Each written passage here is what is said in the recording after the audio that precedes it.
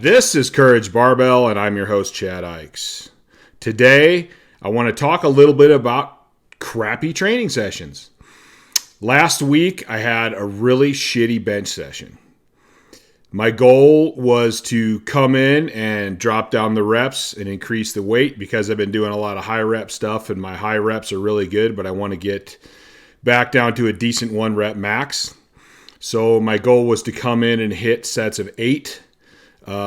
Wasn't really sure what kind of weight I was going to use, but I mean, I can do 315 for 18 to 20 most days pretty easily.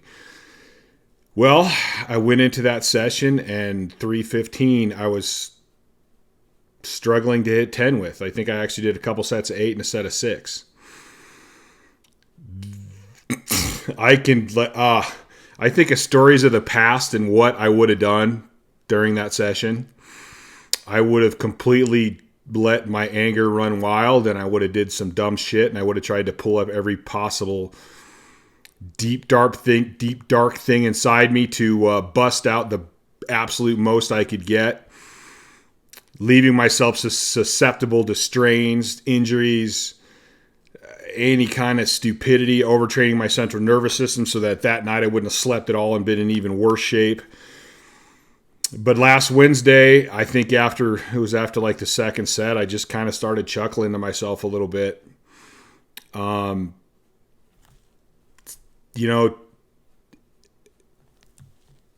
life and in strength, which kind of mimic each other, things don't always go perfect. It's not always going to go the way you want it. And honestly, if that's how it happened, you would never really learn anything. You would never really appreciate anything. We have to have ups and downs. That's just the way it is. And strength is definitely something that has its ups and downs. You don't have this, if you have a strength curve, it doesn't just go whoo in this great smooth fashion. It goes and then you hit plateaus and then it goes and you're up and down and all over the place. Throughout my career, I mean, when I was squatting 1,200 pounds, there was days in the gym where I'd get to 800 and it'd feel like a freaking house. And how do you go from 800 one day to 1,200 one day? Well, that's what happens. We have bad days.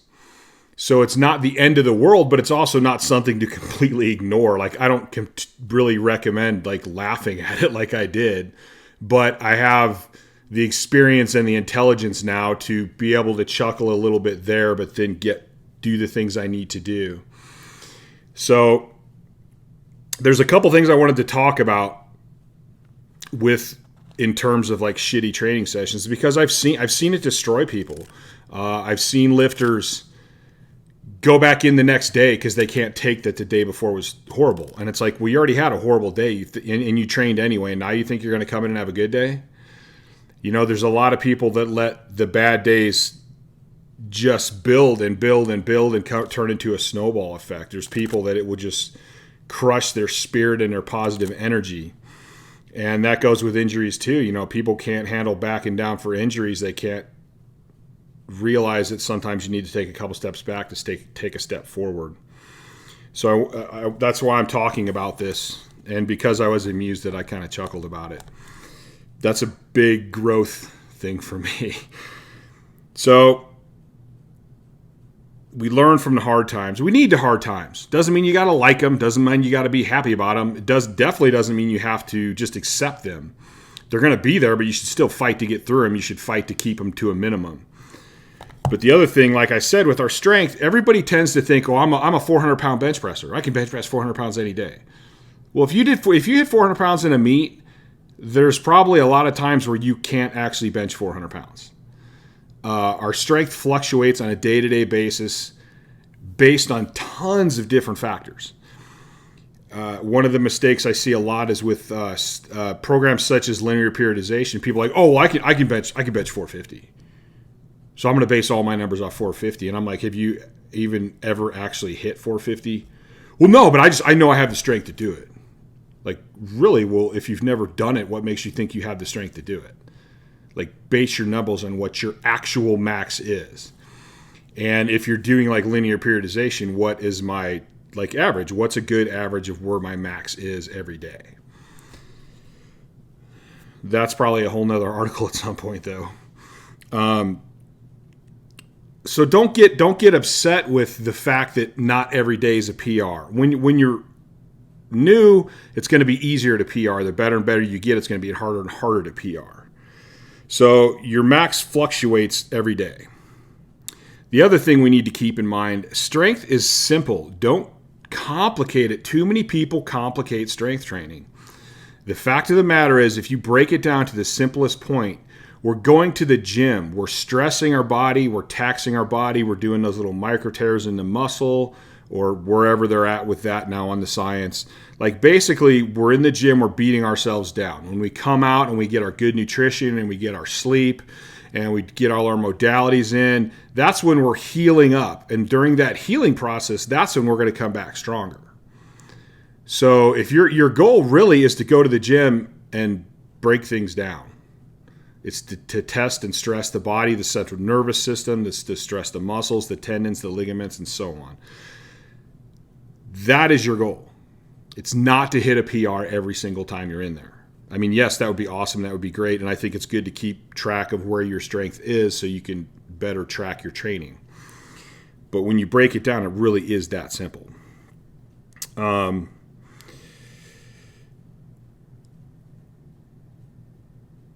So sometimes we get it stuck in our head, and I do this too. I get numbers stuck in my head as my goal for that training session.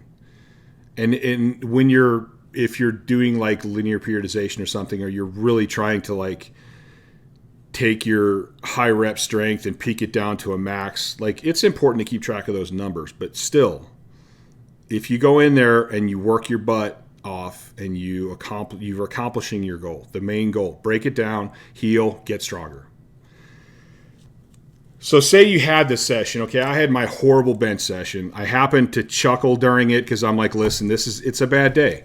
Okay, so I'm going to lower my expectations a little bit. I'm going to go back to like, what is my real goal here today? My goal is to test these muscles, to push them as hard as I can this day. And at the end of the session, I was tired, I was exhausted. The next day I was sore. Like I accomplished the basics of my goal. But at the same time, I knew that I had a bad day. I knew that my strength was way down. So at that point, you need to take a step back and go, wait a minute. Okay, let's take the emotion out of this. Why did this day happen? Was it just a crazy, weird thing? I mean, sometimes that can happen, but odds are there's usually a reason. So that's when I start going through my list. You know, was my nutrition on the day before? Was my nutrition on that day? Did I miss 800 calories somewhere? Because that'll definitely affect your training. Even your nutrition the day before is going to somewhat affect your training. Like, did you eat a bunch of crap food, and so now you have a bunch of edema and swelling? That will probably affect your lifting. Definitely affect how your joints and stuff feel. Did you get good sleep the night before? Did you get good sleep the night before that? Sleep is going to have a huge impact on your strength. How is your body doing? Like, are you beginning to get some sort of virus or sickness or cold? You know, if your immune system is fighting off something else, it's going to take some of that energy from your body and you're not going to be as strong. What is the stress like in your day-to-day thing? You know, do you have something going on that's super high stress? Are you dealing with some financial issues?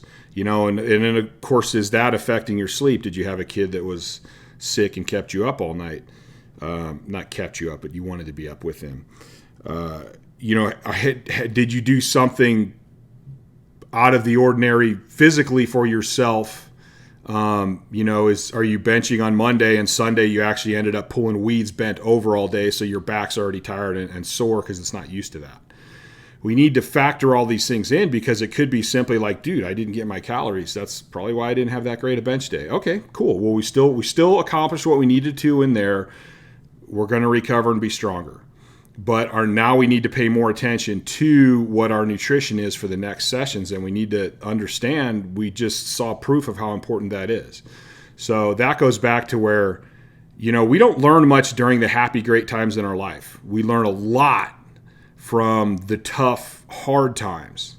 And if everything's going great in your training, you shouldn't be changing anything. You should be like, dude, everything's going perfect.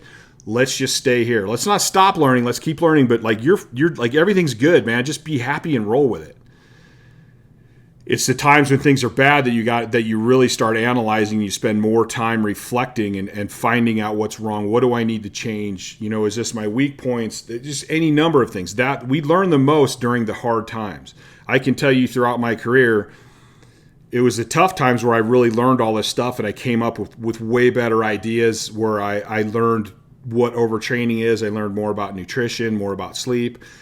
Because I was searching and struggling, I had motivation to try and get out of that slump or get out of that plateau. So when you look at it, and I kind of, as I'm doing this video, I'm like, well, so like what I would consider a horrible, shitty training session is actually a good session because it's going to spur more knowledge. And the fact of the matter is, I know almost no top strength athletes that are,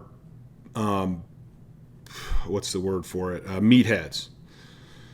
Like they're all super intelligent. I mean, I'm not saying their outside lives are great, but they're all super intelligent about strength training and what they need to do. Maybe they're not even good coaches, but they know their bodies. They know what they need, and they have a shit ton of knowledge. They're not just randomly, hey, go pound weights and I'll get stronger. The strongest muscle in your body is your brain because your brain controls your body. Like you could have all the greatest genetics in the world, and I've seen this. I've seen guys with great, amazing genetics, but they don't use their brain. And they become mid-level lifters, and they never get past that. So, I think my message here is don't let negativity seep in and overcome the positivity that you have. Shit's bad. You had a bad day. So what? Find positive in it. Like seeing the positive all the time is a way of training too. We need to train our minds to always look for the positive, to always look for improvement, to always be learning. And instead of taking what we perceive as a bad situation, if we look deeper into it, we can find, hey, this isn't such a bad thing because you know what? Now I should have been keeping closer eye on my stuff, and now I have a reason. I let my nutrition slide. That's why that happened. Friday and Saturday night, I was a complete dumbass, and I went out and I partied and I drank a bunch of alcohol, and this is what happens. I have a shitty training session on Monday. So it's the hard and tough times that can actually be the positive times. Also, I did want to say that throughout my career, I had the 3-session rule. You could have one bad session, any number of little things could happen, and it just turns out to be a bad session. 2 sessions, something's going on. Like you need to really start thinking about it. If you have 3 sessions, you need to pull the reins hard. You need to stop what's going on, figure it out, and get better. Usually, if I had any client, any teammate, you get 3 bad sessions, bam, you're on a deload for a week. No matter what. Now, maybe you don't need the deload, but at that point, we've had 3 bad sessions in a row, and I don't want to take the chance. There is no return that's worth the negative that could happen in that situation, at least in my mind. So that's when we go, okay, we're going to deload for a week, and we're going to do some hardcore reviewing during that week to see what's going on. And I should say really quick right here too, when it comes to deloads, you need to analyze and go, hey, do I actually need a deload, or am I under recovered? Like if you're not doing everything you can do to recover, if you're not getting your right amount of sleep, if you're not getting the right amount of calories and the right amount of macros, if you're not doing the modalities and stuff that you need to do, then you don't really need a deload. You need to get on your recovery. There's a big difference. That's probably a whole other video. Maybe that'll be my next video. Deloading to under recovering. All right, guys. Just stay positive. Shit's gonna happen, but don't let it get you down. I love to say, why do we fall? So we learn to get back up. Falling's not a bad thing. It's only a bad thing if you let it be a bad thing. Falling teaches us. Every time we fall, we learn and we gain more knowledge. We have more tools in our toolbox for the next thing that's going to happen. Okay, guys, please like this channel. Please subscribe to this channel. Please share this channel. Stay positive. Always look for the knowledge. Keep those strength gains coming. And just keep pushing it. Forge ahead. Don't let anything deter you from your goals. Chad Ikes, Courage Barbell. I'm out of here.